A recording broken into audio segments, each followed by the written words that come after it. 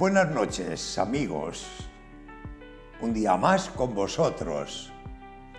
Para mí es un desahogo poder contaros lo que a mí me ilusiona.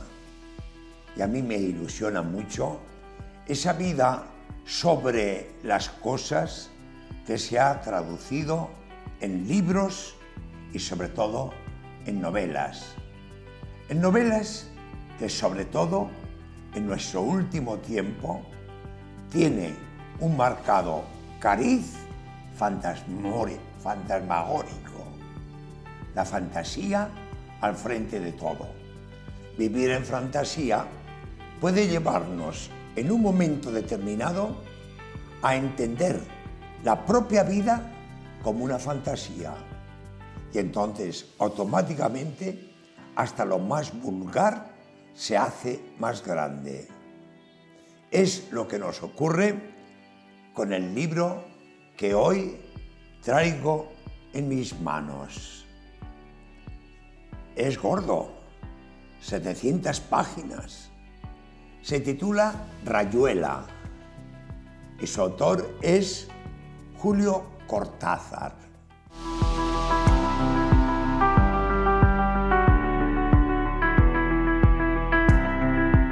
Vamos a empezar por explicar el punto en el que se inspiró el autor para escribir la novela que técnicamente hablando es la mejor de la lengua castellana en todo el siglo XX.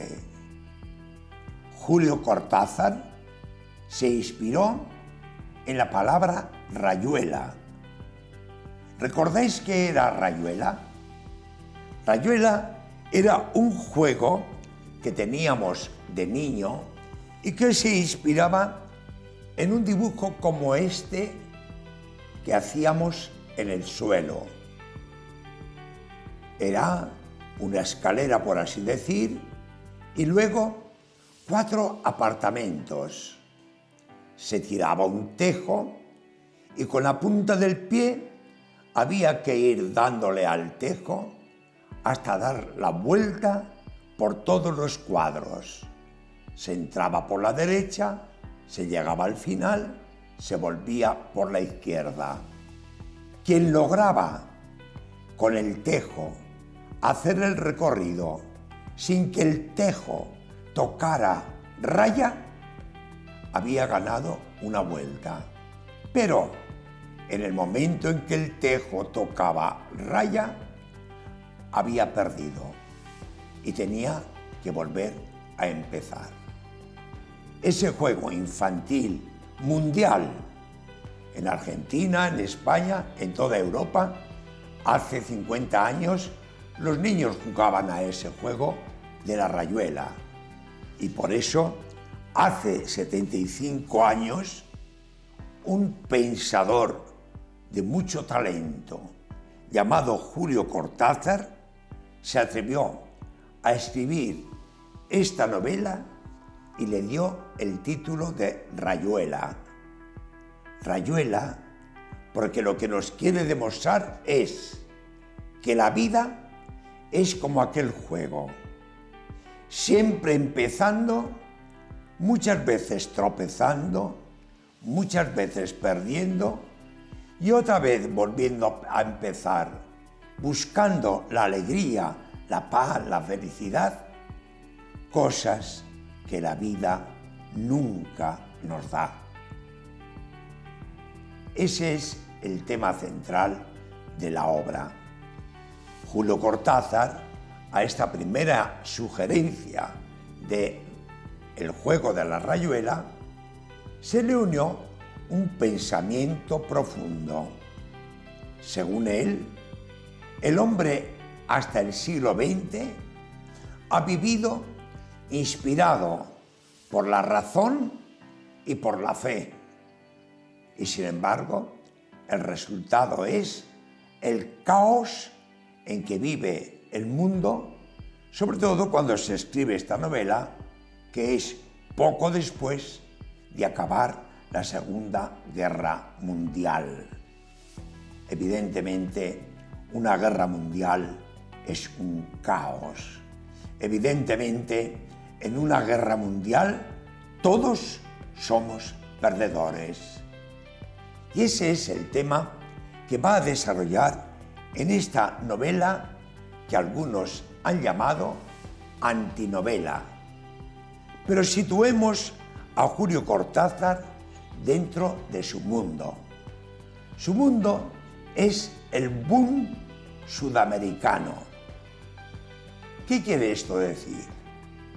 Todos recordáis haber oído muchas veces en poesía hablar de que el padre de la poesía moderna vino de Nicaragua y se llamaba Rubén Darío.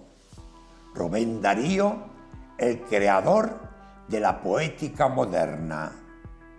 Rubén Darío, muy español, y a mí ahora se me ocurre recordar que cuando Antonio Machado fue a París, donde vivía habitualmente Rubén Darío, y se le puso enferma su mujer, el pobre Antonio Machado no tenía dinero para traerla a Soria, y fue Rubén Darío quien le pagó el viaje a don Antonio Machado para volver con su mujer enferma a Soria.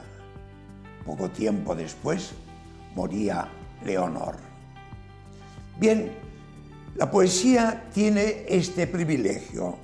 Rubén Darío, que vivió de 1867 hasta 1916. En esa época se implanta en España una doble corriente literaria. La corriente literaria de los llamados el 98, con Unamuno, Antonio Machado y otros, y por otra parte el modernismo, inspirado por Rubén Darío y continuado sobre todo por el genio más grande que ha habido de la poesía lírica, que es Juan Ramón Jiménez. Tenemos pues principios del siglo XX invadido por esa doble corriente literaria, 98 y modernismo.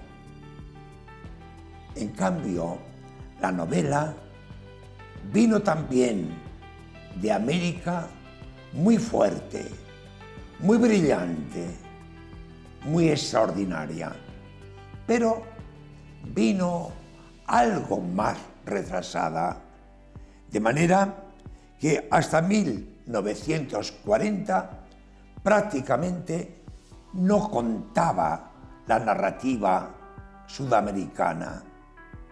A partir de 1940 podemos establecer tres grupos. Un primer grupo que es de novela realista. Son las novelas que se publican entre 1940 y 1945. Y un representante absoluto podría ser Rómulo Gallegos, con su novela más o menos histórica y costumbrista. A partir del año 1945 hasta 1960 hay un boom de grandes escritores que no se contentan con el realismo. El realismo no descubre toda la magnificencia y belleza que posee la vida, y entonces le añaden la imaginación, realidad y fantasía, un tratamiento alegórico casi siempre de los hechos y las personas.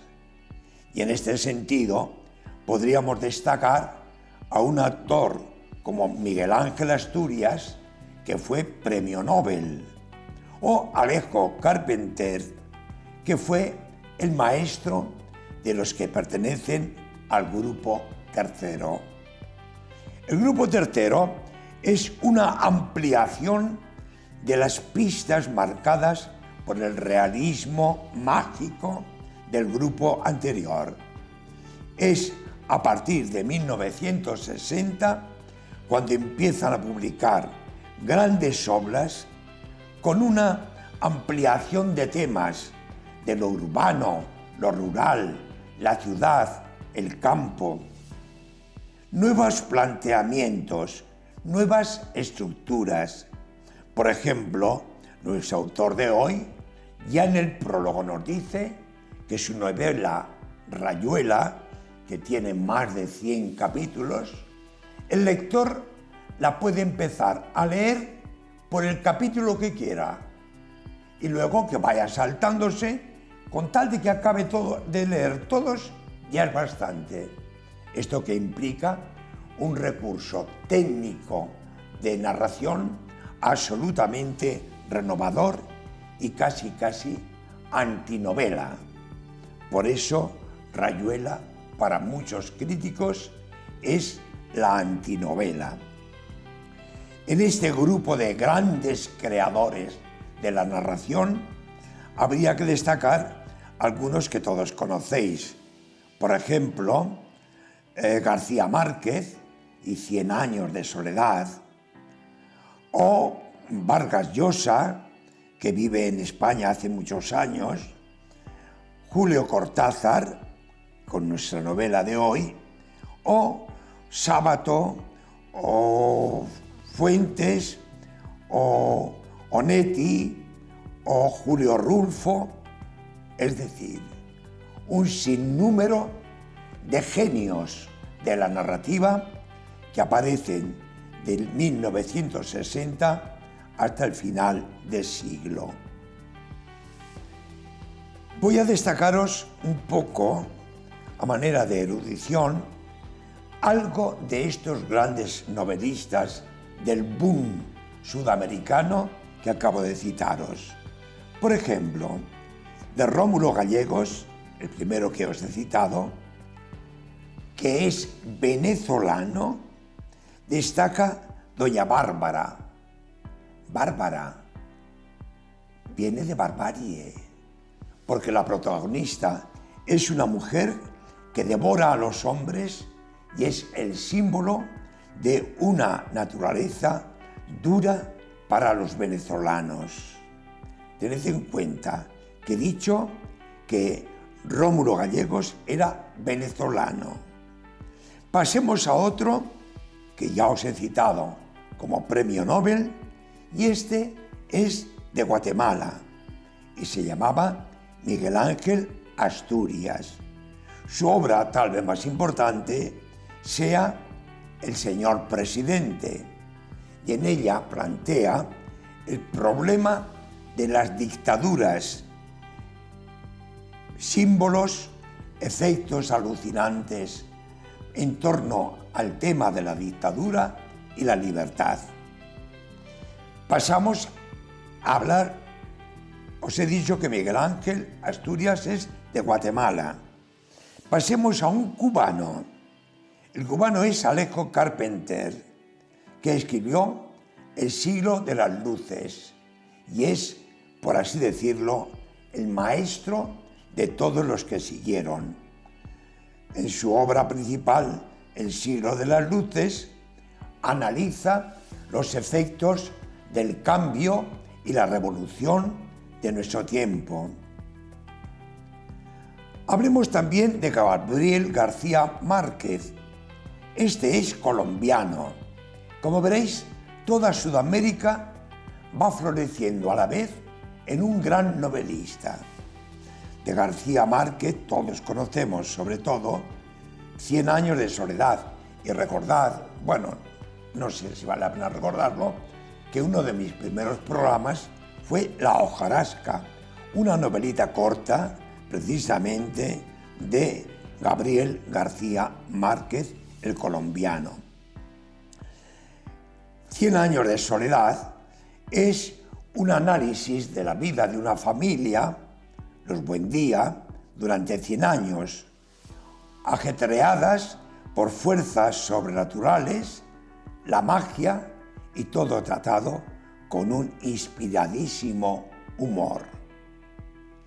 Otro de los grandes del boom sudamericano es Mario Vargas Llosa, Este nació en Perú y hace muchos años quiso ser presidente de su nación. Perdió las elecciones y ya se vino a España. En España se ha casado, en España vive y en España publica sus últimas novelas. Destaquemos entre todas La ciudad y los perros, que es un análisis de la corrupción y violencia en el ambiente opresor de un colegio militar, símbolo de todas las opresiones.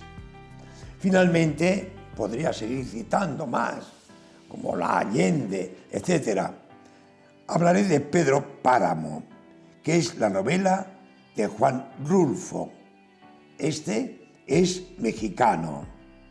Se trata de una novela en que por mandato de su madre, el hijo va a buscar a su padre al que no conoce. Llega a la ciudad y es una ciudad muy especial, porque en ella viven los muertos. Él mismo, nada más llegar, muere. Y allí, entre los muertos, está su padre. Como muertos, son puro espíritu, pero hablan. Y a través de lo que dicen unos y otros, el joven Pedro Páramo llega a conocer la vida y los hechos de su padre, que también se llamaba Pedro Páramo. Es importante que tengamos una ligera idea de que Sudamérica, nuestra hermana Sudamérica, en Buenos Aires sobre todo, ha tenido una altura que nada desmerece en cuanto a formación, cultura, con Madrid o con España. Pero vamos ya a nuestro autor de hoy, Julio Cortázar. Julio Cortázar escribió siempre de una forma muy original, pero escribía a ratos perdidos, porque él huyó había nacido en Bélgica, pero de niño ya volvió a su patria, a la patria de sus padres, que era Argentina. Allí vivió hasta la dictadura de Perón. No pudo aguantarla y se vino a Europa. Y entonces entró en la UNESCO como traductor de obras. A eso se dedicaba fundamentalmente, pero a la vez escribía cuentos que parecen hijos legítimos de Jorge Luis Borges. Al fin escribió nuestra novela de hoy, Rayuela. De Rayuela podemos decir que es un modelo nuevo de narrar, un libro que contiene muchos libros, con un claro desprecio de la razón y de la fe, a los que hace culpables de lo mal que vivimos en nuestro tiempo, si hemos llegado a tener 2 guerras mundiales. Es una antinovela porque en una novela nos gusta encontrar un esquema básico, 2 que se quieren o no se quieren, pero que pelean por el amor hasta que al final o se separan del todo o se juntan del todo. Aquí el tema del amor no existe. Aquí en Rayuela el programa está planteado a base de las peripecias que ve, piensa, juzga y analiza su protagonista, el personaje central. La novela la podemos dividir, o la divide el autor, en 3 grandes partes. La primera la titula De este lado, del lado de acá. La segunda, del lado de allá. Y la tercera, de otros lados. Los 2 primeros capítulos podríamos decir que son casi una novela normal, con esa perspectiva. Análisis irónico, crítico, humorístico de la realidad que nos rodea, siempre con el dedo en la llaga de que el hombre por más que se empeñe, nunca logra la felicidad. Pero la segunda parte, segundo libro, que es ya la tercera parte, ese es una especie como de fichero donde el autor se inventa noticias que coge de los periódicos, frases sacadas de autores importantes, que vienen solas, formando cada una un capítulo, para garantizar lo que él nos ha dicho en las dos primeras partes. De esta manera, ha escrito, por un lado, 99 capítulos en la tercera parte, 56 capítulos entre la primera y la segunda parte. Repito, siempre bajo el tema de la angustia del hombre que aprisiona a todos durante toda la vida. Los recursos que utiliza Julio Cortázar son los de un extraordinario maestro de literatura. Domina el lenguaje maravillosamente. Por otra parte, la imaginación, con magníficas imágenes, con magníficas burlas, con magníficas ironías, con magníficas interpretaciones y hasta diálogos. El lector tiene que operar para entender la novela. No es una novela en que te cuentan las cosas. Tú tienes que poner también tu imaginación para unir las cosas que te van contando. Vivir en el mundo cotidiano como una fantasía. Ese sería el tema final. Y hasta yo me pregunto si cuando Julio Cortázar condena a la razón y condena a la fe del desastre en que vivimos, no estará diciéndonos que es que no hemos usado bien la cabeza ni hemos usado bien la fe, que necesitamos un apoyo y ese apoyo sería recuperar otra vez la razón y recuperar otra vez la fe. ¿Cuál es el argumento de esta grandísima novela? En la primera parte, Oliveira, el protagonista, vive con la maga, que es la otra protagonista, en París. Viven juntos y cuentan sus hazañas, su vivir, hasta que a la maga se le muere un hijo. Y es tanta la desesperación que Oliveira no aguanta más, deja París, deja a la maga y vuelve a su tierra, que es Argentina. Esa será ya la segunda parte. En Buenos Aires, él se enamora de una mujer que para todos los efectos, a él, a todas las horas, le está recordando a la maga que dejó en París. Luego empieza a trabajar en el circo, pero sobre todo lo sorprendente es ver a nuestro protagonista trabajando en un manicomio. Lo atractivo de esta gran novela es que uno lee y dice, pues es verdad, si esto es lo que pasa, claro, siempre dignificado literariamente por la imaginación de este gran escritor que es Julio Cortázar.